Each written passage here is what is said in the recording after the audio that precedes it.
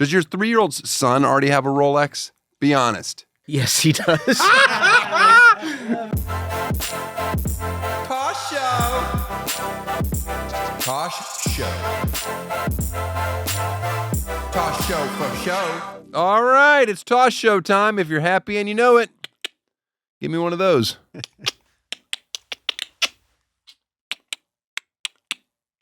Pretty happy. Jeez, you're elated, dude. Like 12 horses out front. Woo! I'm in a good mood for no reason. How are you doing, Eddie? Pretty good. Better now knowing that you're doing so good. Eddie, what's your favorite meal? Oh, my favorite meal. Chicken Caesar salad. What?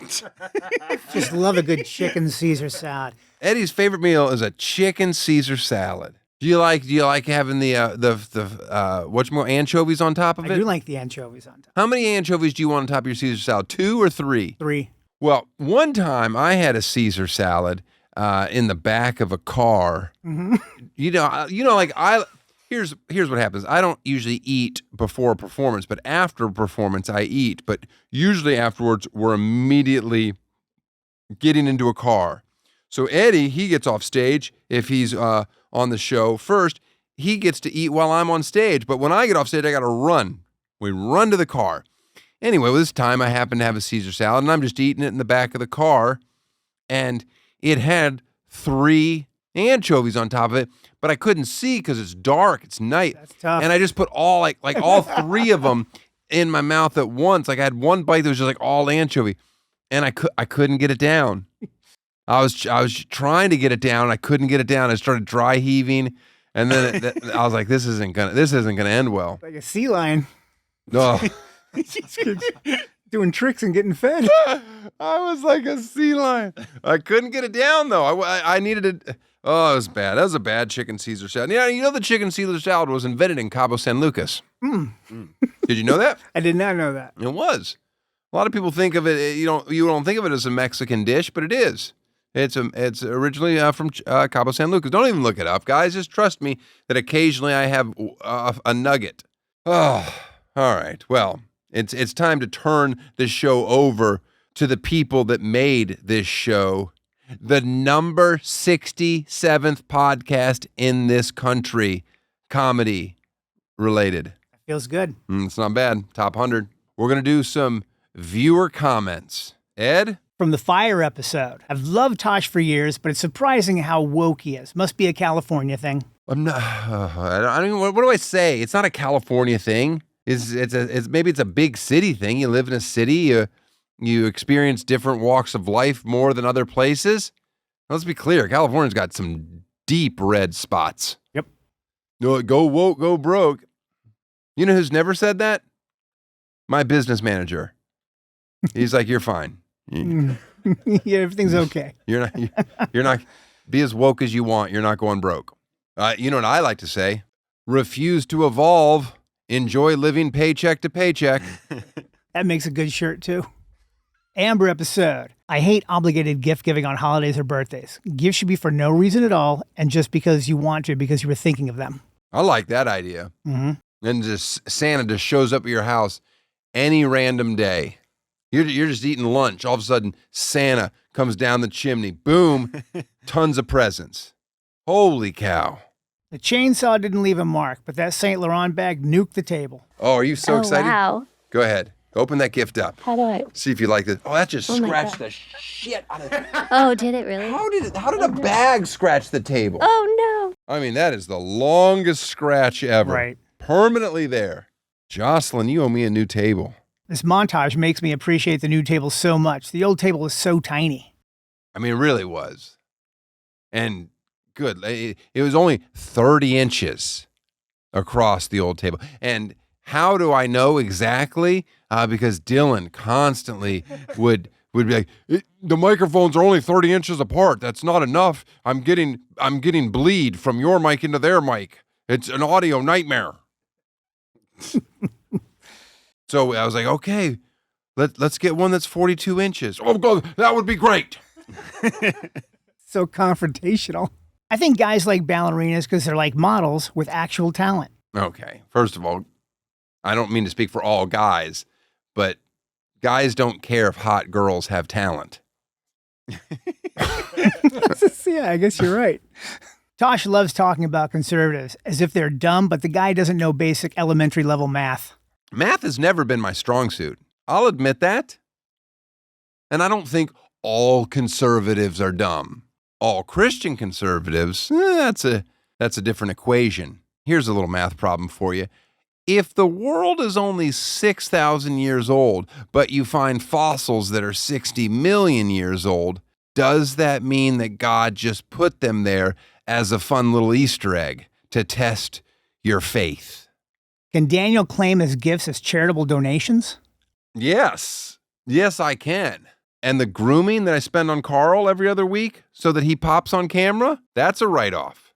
I begged for an emergency pod discussing Sinner only getting a 3-month ban and not missing any Grand Slams. Yeah, I don't know what Sinner did. I don't know who he's got dirt on, but the fact that he is just getting by with a slap on the wrist.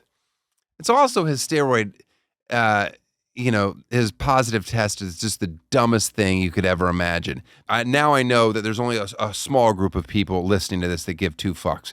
But he failed a steroids test because he said his massage therapist had a steroid cream on their hand, and when they were treating him, it accidentally rubbed into his system. Right. Twice.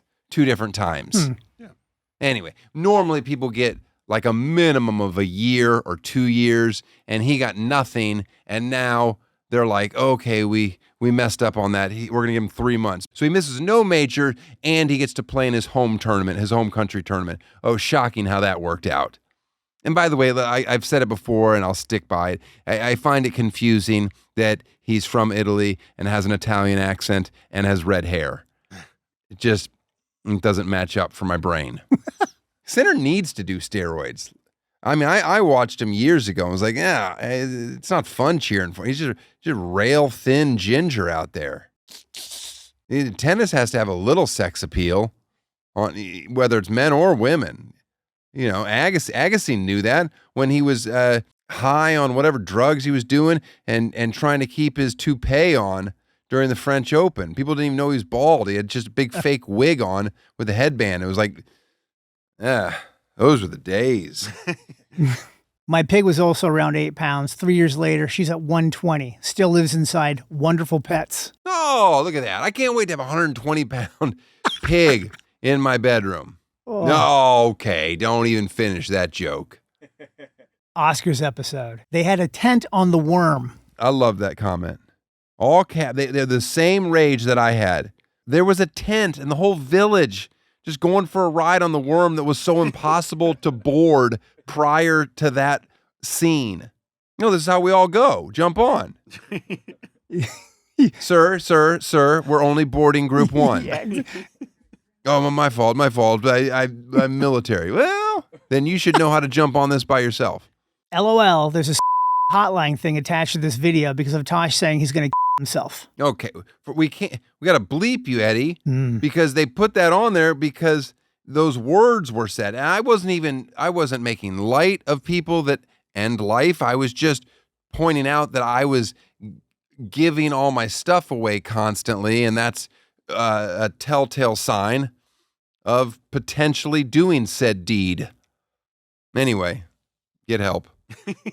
So you blew it. You gave it away that you were born in 74 and then tell us you're in your late 40s? Come on, man. Own up to it. You're 50. Oh, I know. The person is referring to when I was talking about being a Dolphins fan from when they won the Super Bowls in 72 and 73. And then I said that I was conceived in 74. That idiot doesn't understand what conceived means. This is why we have a problem in this country with abortion.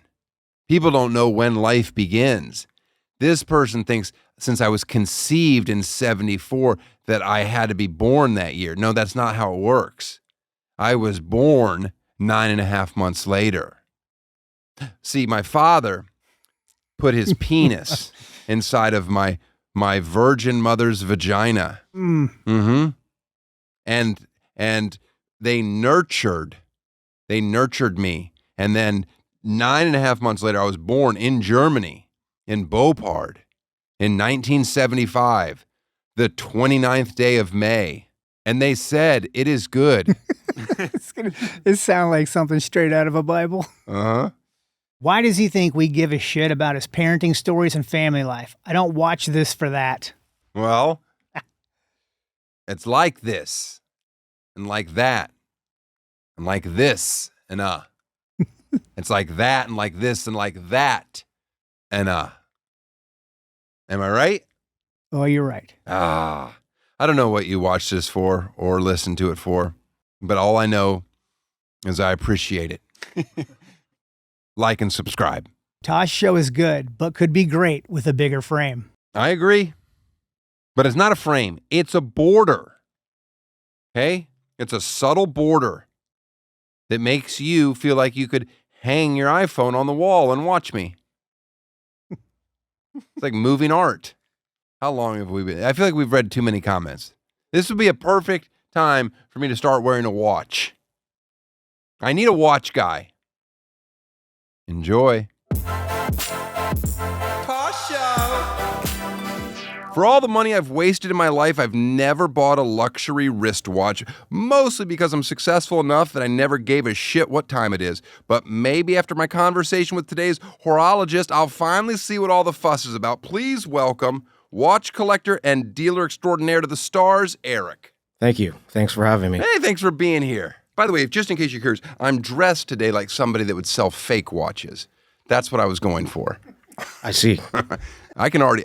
First question is normally, do you believe in ghosts? But I want to get right to that timepiece that's on your wrist. I was fed misinformation that you were a connoisseur of Casio G-Shocks. So I thought I'd bring a kind of special one to show you. That's a Casio G-Shock? G-Shock, but it has a price tag that I'm positive I'm going to be blown away by. Yeah, it was made for the 35th anniversary. They made 35 pieces, and it's the only G-Shock they ever made entirely out of 18 karat gold. So it's like a brick on your wrist. Oh, that's amazing. Yeah. Is that six figures? Low six figures? Over one, under two. Do you care about it? Do you like, no, I want this to stay in my collection? I've been looking for one of these for many years, and this one just came up not that long ago. And had to have it. So I don't wear watches. Okay. I own this Casio. There you go. Okay. I mean, you can kind of see that it looks kind of similar. It's got a same look. No, it's let me feel how heavy this is. Oh my goodness. That is so silly. I love the irony of this watch because it looks like any other $120 kind of gold tone Casio G-Shock. Well, do you know this Casio is $8 on Amazon. Now, we all know Amazon is the devil, fine.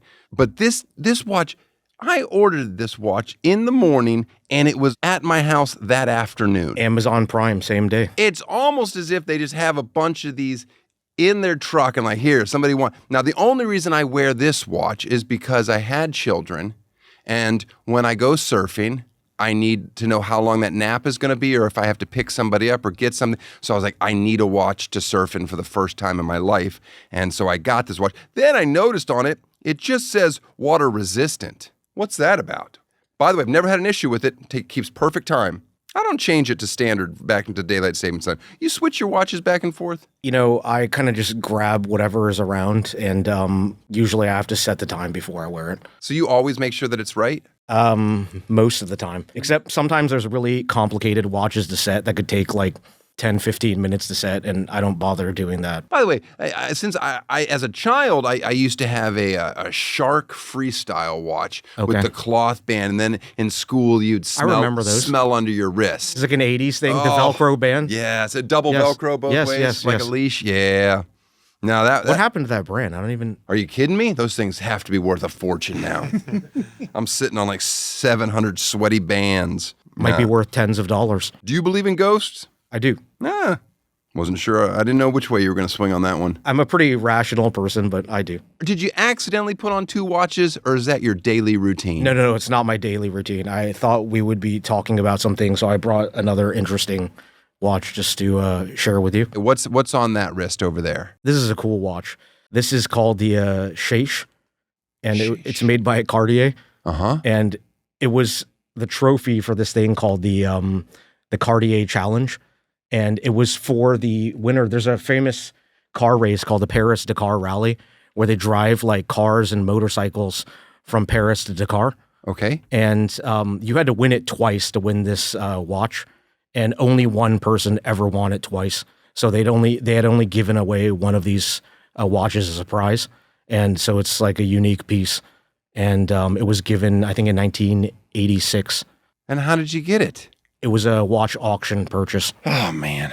How did you get so into watches? Obviously, you cared about them your whole life, but where was that transition? When I was a kid, one of the first kind of educational gifts that my parents got me was a subscription to National Geographic magazine. And Rolex always had a prominent advertisement in the magazine. It was either like the back cover or the front inner cover. And Rolex would always make these ad campaigns talking about achievements in like human ingenuity. And, you know, Rolex was tied to the summiting of Mount Everest by Tenzing and Hillary in like 1953, and then all these like feats that they sponsored, like Louis Leakey, who studied, you know, the great apes and, you know, like the origin of man. And so their advertising was always tying with these sort of like super scientists. And it just got ingrained in my mind that Rolexes were very high quality watches. I mean, they are, but man, you were really affected by advertising. Yes, I was. I got National Geographic as well as a child, and all I took from it was like boobs come in all shapes and sizes. Well, that too, you know. All right. Pancake ones and whatever. Where'd you grow up? I grew up in Potomac, Maryland. It's a suburb of Washington, D.C. You love Maryland? You know, I came out to California for college and never went back. That happens to a lot of people. By the way, where did you go to college? Berkeley. Boom. 98% of the people we've had on this show have gone to Berkeley. I swear to you. Really? Yeah. It's almost like we're a satellite campus. This podcast, I'm telling you, it's pretty intellectual. Cal Bears. I don't ask for a lot on this show, but I think Berkeley should at least get my kids in. They're not going to do well once they get there. They might give you an honorary degree. You never know. I don't want the degree. I just want my kids to go there.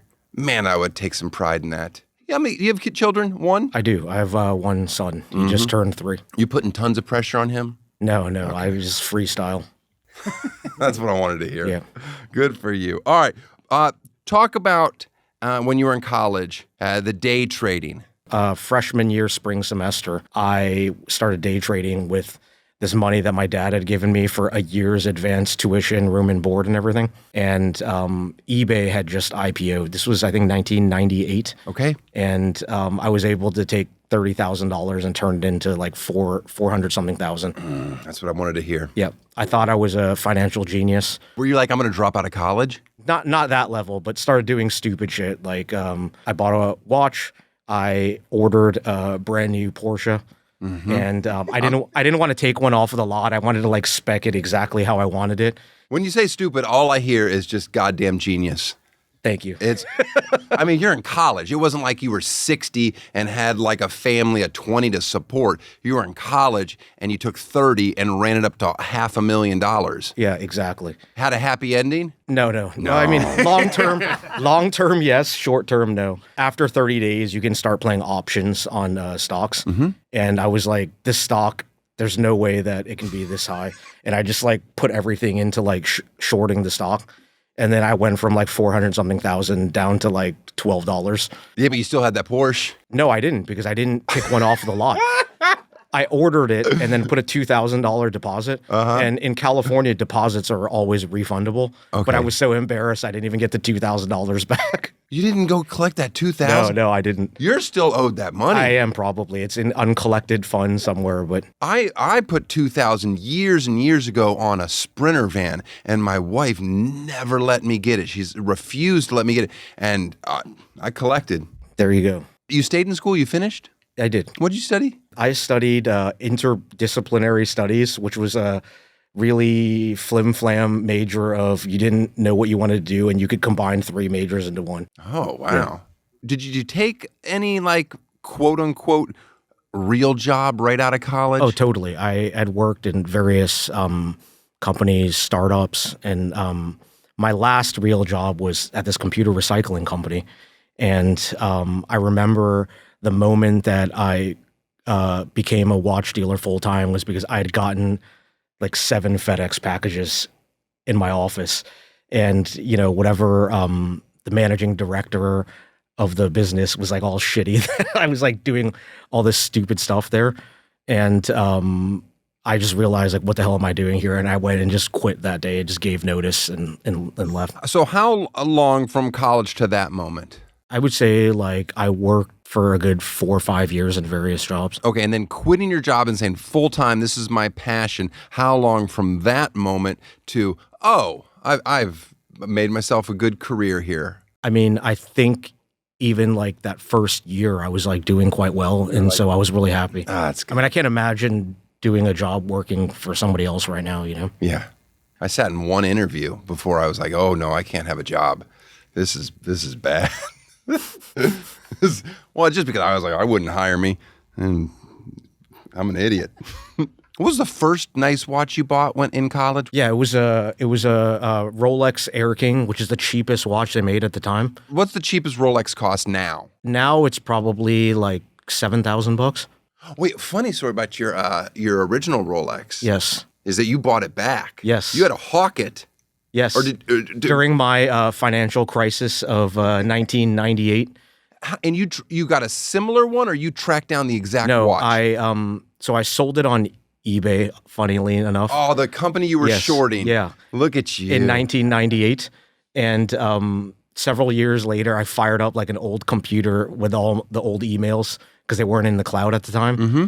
I found the person that I sold it to, and I emailed them and explained that I'd become a watch dealer and I was really interested in buying the watch back because it had a lot of sentimental meaning to me. And then the guy wrote back. And he just gouged the shit out of you. Well, he gouged the shit out of me, but the first email I got back was like, well, it has a lot of meaning to me too. Oh, brother. The guy was a lawyer, unfortunately.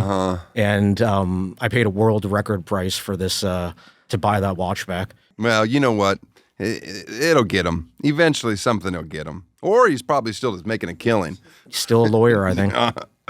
What's the most expensive watch you've ever sold? Privately, I sold a watch that was $15.5 million. God damn, I wanted to hear that. $15.5 million. And on our auction website, we sold one Cartier for like $1.65 million, which is a world record for that watch. By the way, you own, is it your company or you co-founded a watch auction site? What's it called? I co-founded with my partner Justin a watch auction site called Loop This. Mm-hmm. We're located in West Hollywood and we do watch auctions every day. Oh, man. Do you control the reserves that people put on their watches? Everything we sell is no reserve. No reserve? Yep. Oh, man. Now I got to be on that site all the time. A real auction shouldn't have a reserve. Of course not. And it shouldn't end with like a clock. How do you guys snuff out bad behavior then? In terms of? People putting false bids in. I mean, we do things like do credit card holds and all this stuff, and there's sophisticated algorithms to look for this. How many times do people buy watches and then they renege on the whole thing? We've been quite lucky. We've auctioned about 3,000 watches so far, and our canceled transaction rate is, I would say maybe 10 to 15 out of 3,000. It's very, very minimal. Are you allowed to bid on your own site? There's been times as accusatory as possible. There's been times where we really wanted to buy something for ourselves, but we just let it go. My question is, like, have you seen something on your site like, oh, that person got a steal? That is undervalued for what that watch is worth.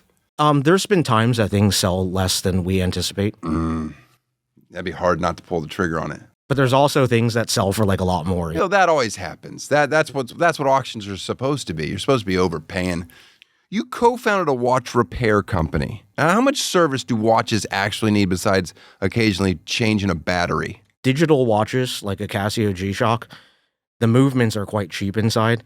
Aside from changing a battery, if there's something wrong, they usually just toss the movement and put a new module in, like a few bucks. Okay. Mechanical watches require quite a bit of service every few years. And it's very complicated. And there's not that many people that can do it, and it's kind of becoming like a lost art, Do you actually do it or no? I myself do not. But have you ever tinkered? Can you get in there and do anything? I know that every time I try to play watchmaker, I fuck something up. Do $1 million watches have batteries? Typically not. Okay. A $1 million watch that has a battery inside, it's $1 million probably because it's made out of like precious metal and diamonds and things like that. Or it was on someone famous when they were killed? Potentially. Uh-huh. Although most of the watches that come up for auction belonging to famous dead people are usually mechanical. All right, but let me embarrass myself and start. You can correct my pronunciation on these brands. What is Audemars? Is it Piguet? Peugeot? Audemars Piguet. Audemars Piguet? Yes. Oh, okay. Patek Philippe? Patek Philippe. Patek Philippe. Actually, I've heard it. Patek Philippe. Richard Mille? Richard Mille. Mille? Yeah. That one's easy. What is Longness? Longines. Longines. Yes. I haven't gotten one right yet.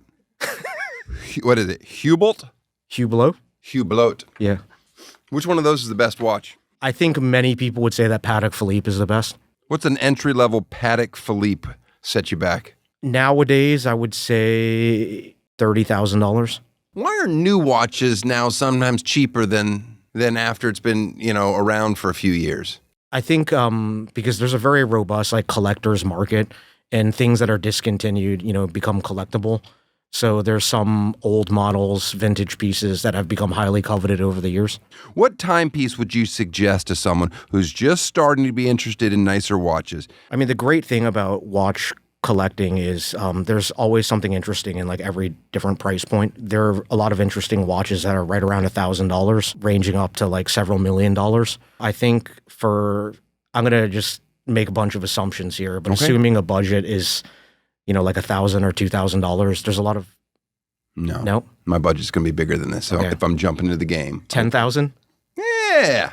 Now I'm wearing something. Yeah. At $10,000, there's definitely like a lot of choices. I think the watches that preserve value the most and are the market is the biggest for would be some sort of a Rolex, like a Rolex dive watch, a Submariner. Oyster, Jubilee, or President? I like Oyster bracelets. That's a very sophisticated question, by the way. Well, I want people to know the wristbands on the Rolex. Are those the only three options or no? They do this thing called Oyster Flex now, which is like a rubber bracelet, which is kind of cool, actually. Fuck, marry, kill. Fossil, Timex, Swatch. This is a very tough one. I just wanted to go from sophisticated Okay, question. I'd kill Fossil. Oh, man. And toss up on the other two. How good are the fake Rolexes that people sell like on the streets of New York? I would say there are some very good fakes. I'm in all these like groups online, like other watch dealers and whatnot. And a lot of the people that are in these groups could be like owners of like pawn shops or small jewelry stores. There are like organized like gangs of people that take these very convincing fake watches and just try to like pawn them or sell them. And so there's all these like alerts that I see in the group. Some of them have gotten quite good. What's the best con someone's pulled money-wise? I mean, it's always with some sort of a Rolex because they're so liquid. They're like cash, right? So great. So a watch that's worth maybe $12,000 to $15,000, somebody could go into a pawn shop and want $3,000, and then the greed gets a hold of whomever, and then they kind of don't check carefully and they get ripped off, If I owned a really nice fake watch with no intention of ever trying to con anyone other than just wearing it for my own personal enjoyment or to flex, do you still like, I don't, that hurts our business? I don't think it hurts our business, but I think it might reflect poorly on the person that's wearing a fake watch and flexing. Well, what if you don't, if no one knows, I'm not letting anybody examine it, but occasionally you just see me walking around and it's like, oh, look at that. There's like a really funny thing. There's this very coveted Patek Philippe watch called the Nautilus, and they made a special one with Tiffany, the jeweler, and they made 170 pieces. These things, it's like silly because if you can buy it, it's $35,000, $40,000. The market price was as high as $5 million for this watch. And highly qualified buyers, celebrities were wearing them. But you'd go to Europe and be in Paris. It's like all the taxi drivers are wearing like fakes of that watch. This is like kind of a funny thing, There's actually, you could probably find this photo online of after the Taliban liberated Afghanistan, they were wearing these like Tiffany Nautiluses. So, it's like a weird thing. I mean, I'm not going to pass judgment on anybody that chooses to do that, but Well, do you know any celebrities that do that? Because, there are celebrities that admit that they wear fake diamonds because they, just don't. I think fake diamonds, like there's no like intellectual property behind that. But like watches, like, I mean, in movies, they use fake watches a lot, prop watches. But I don't know any celebrities that would be like, I'm wearing a fake Rolex on the red carpet today. Nah. You wait. I'm going to wear a fake shark. Have you personally ever been conned or caught someone trying to sell a counterfeit watch to you? People offer counterfeits all the time. In the watch world, there's degrees of like fake. It's not like a made in China, like fake Rolex. The value in watches a lot of times is based on certain components, like the dial is, in some collectible Rolexes, the dial is maybe 90% of the value. So a lot of people try to manipulate the dial, and it's more like a bespoke level of fakery as opposed to like a factory made fake. And this is very prevalent in watches. A regular Daytona, let's say, is worth like $40,000. A Paul Newman Daytona can be worth $300,000-$400,000. So if somebody can manipulate a dial to make it look a certain way, they have like a 10x appreciation potentially. Paul Newman. You like his dressing? Not really. Does Hollywood come calling for like either freebies for people walking the red carpet or for a project where they want somebody to wear a watch? And do you care about that, or do you say, nah, that's not my business? I mean, it's fun sometimes, and when it works, it's like cool. Okay. I would say the most prominent one that I was involved in was I sourced this very expensive Rolex Daytona for that movie Crazy Rich Asians. It was actually quite prominently featured in the movie, and both the director and the writer of that book were really into like the little details and wanted to do it right, and so they wanted like a specific vintage Rolex for that scene, which I was able to provide for them. And it was just like a nerd thing. I didn't, nobody got any credit for it or anything, but it was interesting seeing it in the movie. And funnily enough, Rolex is a sponsor of the Oscars now, and they put together a like 30-second or 1 minute long commercial of all these montages of movies showing Rolexes, and that was fairly prominently featured in the commercial. So I thought it was kind of fun. You made it to the Oscars. I did.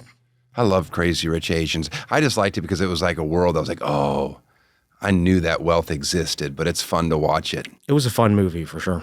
Do you hate the celebrities that are in the collecting game? Do they negatively affect what you do, or is it all positive? I mean, I think it's generally positive. Mark Zuckerberg. Are you glad that he's like flaunting the wealth on the wrist, or no? I mean, it's certainly bringing a lot of attention to watches. But it's just kind of interesting when you're like Thanos and have unlimited money, you can just buy whatever. But, he's very quickly over the last 3 months become, a big collecting celebrity. So, yeah, I hated him when he started wake surfing. I'm like, get the fuck off the lake. There's a John Mayer limited edition AP Royal Oak Jumbo Ultra Thin Rose Gold watch that sells for $180,000. Does it also play James Blunt covers? That's a good one. That makes me laugh. James Blunt. What a dig on John Mayer. Hey, John Mayer, is he a legitimate watch collector? He's a legitimate watch collector. When I started a website years ago called 10 Past 10. It was like in 2005 or 6. He was literally the first watch I sold was a John Mayer off of my website.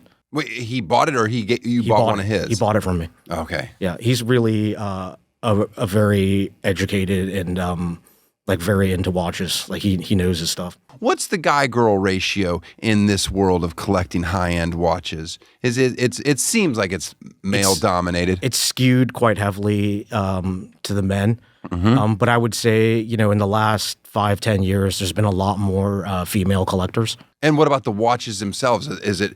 Do women still, if they're a collector, do they still want the man's watch? We went through this era in like the early aughts where people were wearing these huge watches that looked like tuna cans, and the men were doing it, women were doing it. And now the look is more restrained and refined and elegant. And I have this like running joke because I collect like dress watches a lot, which tend to be smaller, right? Especially Cartier, for example. And we always like have a joke. It's like, is this a men's or women's watch? And it's like, oh, this is like an Elerick men's watch, which could be like a women's watch or something. But it's just tastes change over time. Eric's men's watch. That's nice. Yeah. My father-in-law used to wear a Rolex, and it was, I forgot what the name of it was, but it seemed dainty. And I kept saying, you should graduate to a man's watch. Yeah. And then I feel like I shamed him to a point where he eventually sold it. He just sold it. And then he wears his late father's Rolex, which I will point out is a man's watch, a much, much bigger watch. I mean, in the 1940s, when Rolex really started like ramping up, the watch that they made at that time, we call like a bubble back because the movement is really thick. So it looks like a bubble on the back. They're really small. The average diameter of a men's watch now, I'd say, is about 36 to 38 millimeters. Mm-hmm. Those are like 28, 30, really small. And that was like a men's watch. Yeah, everything. Well, I'm sure. If you look at photos of like Chuck Yeager, the famous pilot, like he wore this little like Speed King when he broke the speed record or whatever. And the thing's like this big. Best James Bond watch, Daniel Craig's Omega Seamaster 3000 or Roger Moore's Seiko G757 in Octopussy? Please lock in your answer. We're getting into really nerdy territory here. That's fine. Can I do an other? Yes. Is it a Rolex? The other would be the Rolex. It was a Submariner that Roger Moore wore. I forget which James Bond, but it had like teeth that could cut like a rope when he was tied up. And, when Ian Fleming wrote James Bond, it specifically mentioned Rolex. It changed over the years because of, licensing and people wanting to promote things. Like the Omega tie-in was obviously like a licensing deal. Did that upset you, the Omega tie-in? I think it upsetted a lot of people that were about authenticity. Mm-hmm. Is that a good watch, by the way? They're good watches. Okay. How many watches do you personally own? My personal collection, I mean, I would say maybe like 100 pieces. You have a safe? There are many safes. That's another problem. It could be PTSD from the wildfires, but like my wife during the last evacuations, we took off up to Santa Barbara, and I came back every day and checked in the house, and she's like, move some stuff down to the guest house because that's like a little bunker that we don't want to lose. And I'm walking around the house going, I don't know what is worth keeping in here. I just couldn't figure it out.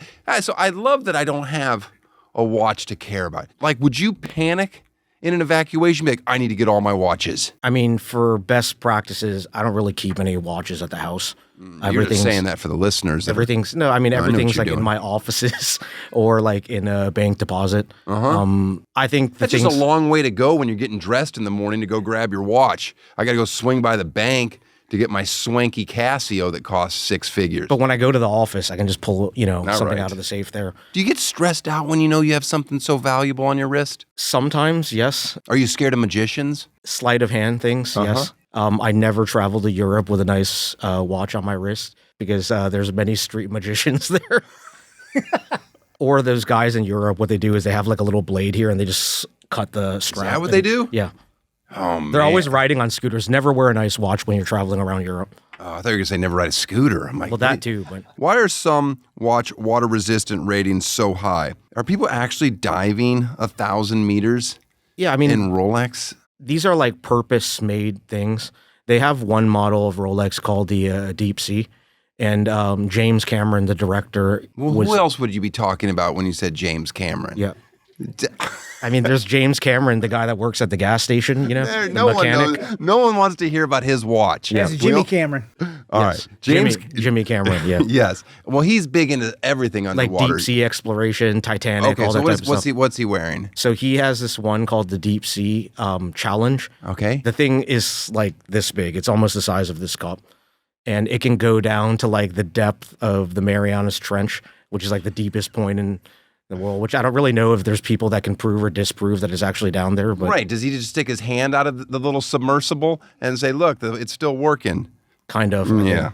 Do you know what the most valuable watch in the world is? It's this pocket watch called the Graves Super Complication. In the early 1900s, there were these two guys, Henry Graves and Robert Packard, I don't remember the first name. And they were both like wealthy industrialists that were constantly trying to one-up each other and commissioning overly complicated watches. So the most complicated one was the Henry Graves Super Complication. And the thing is literally like this and like this thick.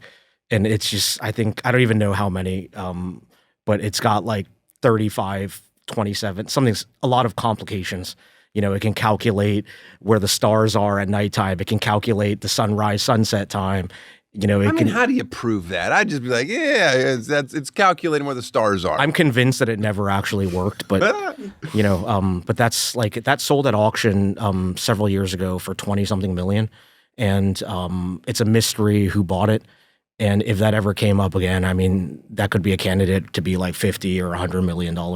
And would you throw your hat into the ring? I'd be the guy placing one bid for like 100,000, and then when they ask, "Would you like another bid, sir?" I'm like, "Oh no, I'm good." Where are you on pocket watches? You know, if I had a monocle, I would probably carry a pocket watch, but that's too many things hanging. Yeah. Talk about how stupid smartwatches are. People texting on their wrist. What the fuck? You know, I love the Apple Watch for its like usefulness, but I never do like the texting or anything on it. You know, it's just to show data like more one way, I guess. Okay. Yeah. So you own an Apple Watch? I do. I wear it quite often. You have a fancy band for it or no? No, I just wear it on, I like the rubber loop.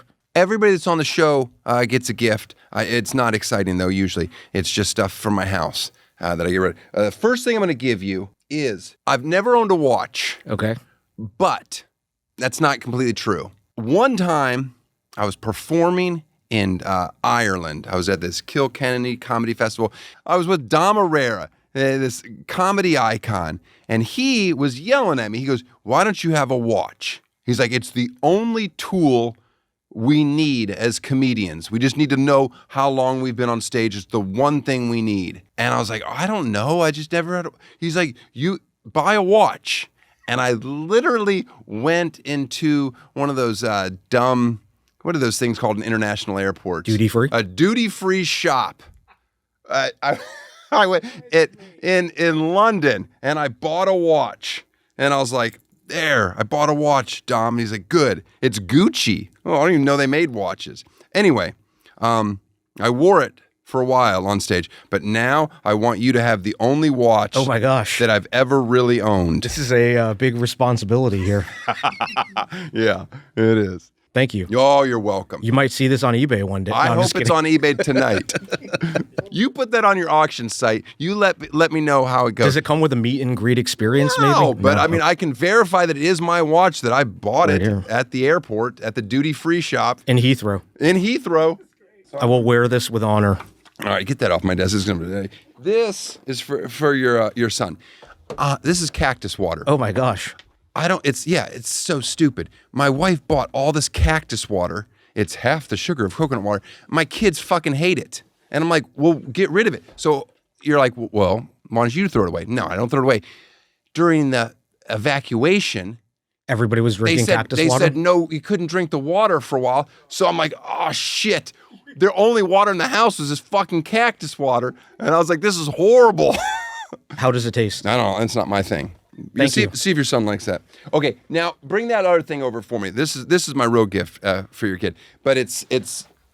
Oh my gosh. This is a real Bentley tricycle, but it's a 3-in-1, meaning that like right now the pedals don't move, but you click this. And then it becomes wow. The steering doesn't work, but like it works with the hand. But if you want the steering to work, click it. Oh, sorry, I forgot which way it is. There it is. Now it's worked. Then this comes off. Oh, this whole thing. You're gonna love this. Kid's gonna love it. You take this off, bam. Then the handle's off. You know, it's just take this thing off. You get it. Hold on, I'll do this. Yeah, get this off my. Do I have to pay for the instruction manual? No. You go online, you'll find something. Okay, you take that off. Then you take this off. These legs come off. Then it's just a straight tricycle. But it's Bentley. Bentley really put it out. And I thought, wow, what kid, if he has a Rolex, he's gonna need this. I'm honored. Thank you very much. Did your kid grow out of this, or he just didn't like it, or what? Yeah. No, he grew out of it. Okay. Yeah, the oldest one, and now the youngest one. She's not gonna get an opportunity to ever enjoy it. I have some small gifts for you. Whoa! I don't want them. No. Please, you'll come finish on. them by the afternoon. Oh, that's my an edible gift. Yes. That's my kind of gift. These are chocolates that we made. Wait, why did you make chocolates? Our Loop This company, our auction company. You guys get it. Chocolate Yes. and expensive watches. What kind of chocolates are there? It's from this company called & Sons that does all the gift boxes for like the Oscars and Grammys. Is it like, but has it got fancy raspberry shit like in there? fancy chocolate. I want it to be simple. I like just the chocolate. we can pick out the ones you don't like Let me and give them find to other out. people. I just So want- you have to peel the sticker on the top. and then- Don't tell me how to do it. Okay. How many did we get? There's 3 boxes in there. That's good. That's all I needed. Oh, look at this boxing. This is fancy. Oh, those are fancy. You guys don't mind real quick, do you? Indulge. Mm-hmm. There's THC in there. Is there? No, I'm just kidding. Well, that's not going to bother me. I'm happy. How long have you been married? 18 years. Why'd you wait so long to have a kid? Because I was always stressed out that I was not ready to be a dad. And now it's difficult being that old dad. I think I'm so much older than you, and you say you're an old dad, so that makes me laugh. How old are your kids? 5 and 2. Okay, so 6 and 2. I don't know. Hold on. I don't know how old my kids are, but I don't care about how that. old are you when you had your first kid? 44, 45. Okay, so I was 42, similar, Right. just tired. No, you know, I don't. I love it. It's so much better being this age. Are you kidding me? First of all, we don't have to do it as long, you know. That Don't know what that means. you but know what okay. it means. It means we don't have to. By the time they're horribly problematic, you know, taking our money and shorten whatever stock they think they should do, we're gonna be like, whatever. Good luck. Do you care about clocks? A little bit. You got a grandfather clock at your house? No grandfather clock. Now, I grew up with a cuckoo clock, and I guess that's probably one of the few things that I have sentimental, I associate it with fond memories of childhood. So when I got older, I bought a good cuckoo clock from Germany, and I love that thing. What I've learned, though, is that if you don't, it's in a vacation cottage, and then when I go to visit it, I have to take it apart and Wind it. oil it. Yeah. I have to oil it a little bit every night. If it sits for too long, that's not good. But man, do I love that cuckoo clock. That might be the only thing I like. This is John's grandfather's World War II watch. Okay. How often is your job just people bringing old World War II watches and saying, hey, is this worth anything? It happens. Okay. Wartime watches are quite collectible. Mm-hmm. This is a Elgin, and I see it has the engravings on the back with the military stock number on it. How much would you give me right now? And I'll take anything. Few $100. I'll take it. Okay. Sold. Say bye to the heirloom, John. John, yeah, he's there got it is. $200. All He's right. got 3 kids. He doesn't need this thing. Oh, I got to buy lunch. Yeah. What do your parents think of your career choices now that everything has worked out well for you? I mean, now the dust is settled and I'm in my 40s. Everything kind of worked out and it was great. But, to tell my parents, hey, I went to school at Berkeley, I had legitimate jobs, and then I wanted to quit everything and become a watch dealer. That was kind of a difficult discussion in the beginning. But now, do they all own nice watches? Yeah, they're all good. They all own nice watches, and everybody's having a good time. All right, Eric, thank you for being on the show. Thank you for teaching me about watches. And Thanks for having me. I'm going to cherish this. There you go. I'm trying to. I don't know how to do it. Tosh Show. I want to thank Eric for being on the show and spending some time with us. Carl, you wear a watch? I know you have a Fit Band. You're supposed to be walking 4 miles a day. You walk 4 miles a day? Speaking of someone that doesn't walk enough, my father-in-law, as you may remember, he's getting both knees replaced. And he had the first one done. And I said, hey, send me a video when they're taking the staples out, because they look pretty gruesome. Anyway, he sends me this video. And it's so cringy to listen to. Not, you're like, oh, is it gross to watch staples being pulled out? No, not at all. That part's fine. He doesn't realize that there's audio when it's recording. And I thought it was a bit at first. He's just talking to this woman about me. She's like an intern, or not an intern, who like a college resident that's pulling the staples out. So she's probably 19 or 20, and she has no clue who I am, which is a little insulting. I'm not going to lie. I might have to book myself at a nursing school. Anyway, but he just keeps going on. Like, do you know Comedy Central? He was on there for like 13 years. He did a show, it was very popular. Just going on. Do you ever watch, you're too young, did you ever watch Comedy Central? No. Okay. Have you ever heard of the comedian named Daniel Tosh? T-O-S-H? No. I think you're just too young. So Tosh is my son-in-law. Oh, okay. He was on Comedy Central for 11, 12 years with a show called Tosh 2.0. Okay. Tosh point oh, sorry. This was on TV? Yeah, Comedy Central's a TV station. Oh, okay. Channel. And then he just keeps going like, oh, well, now he's a podcast. Now he has a thing called Tosh Show, which is his podcast. At one point, she's trying to change the conversation. And she's like, oh, those are nice shoes that you have. And he's like, oh, yeah, my daughter bought me those shoes. She's married to him. It's Just doesn't end. I like your shoes. You got them from the van store? Those are from my daughter that's married to Daniel. Holy cow. The guy, not one mention of his other kids. He doesn't care at all about them. There's no mention of his other daughter or his youngest son who's out in LA just trying to hustle. No mention of his oldest son or his wife. All of this nonsense back and forth just keeps talking about me. It's so funny to me. Then I play it to my wife. I play it to Carly. She's just like has her head down. She can't listen to it. Then at one point he goes, oh no, I think it's recording audio. Oh, and he's like, oh, sorry, Daniel, if I'm saying anything that I shouldn't say about you. Oh gosh, I gotta make sure this video is, there's no sound. I won't send it to him. Sorry, Daniel, I hope none of that was offensive. He doesn't know that video. There's no video recording silently.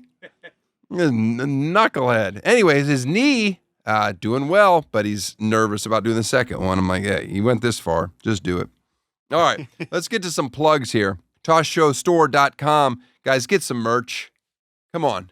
I told you. If I see you out in the street wearing it, you're going to get one of these. Eddie's tour. Check out his website and my tour. Remember that I canceled Lisbon so that I could be in Philly, the Lisbon of the East Coast of America. And then I'm going to Lisbon right after that show. Now it's time for the free plug. Okay, what do we got here? Let's see. Today's free plug goes out to all my crunchy moms out there because it is for Childish. Childish. Yeah, it's a brand of safe plates. You get it? all right. Childish. I like it. Yeah, it's a pretty good name. All right, you won't find plastics, BPA, melamine, or any other endocrine disruption toxins in their products. Easy for me to say. Childish makes functional dinnerware alternatives to keep your children healthy. They're dishwasher and microwave safe, but are made of lead-free ceramic with FDA-approved silicone. Is FDA still a thing? I feel like the current administration might have chopped that out. They might have. They might have got rid of FDA. By the way, I have these dishes in my house for the kids. It says it's designed for children 3 and up, but I let my 2-year-old use it. But she's gifted. The thing about it is they've got like this real ceramic plate, and they've got some cool graphics on it. But then they have this rubber silicone underneath it, so it keeps it from not sliding. But here, wait for it.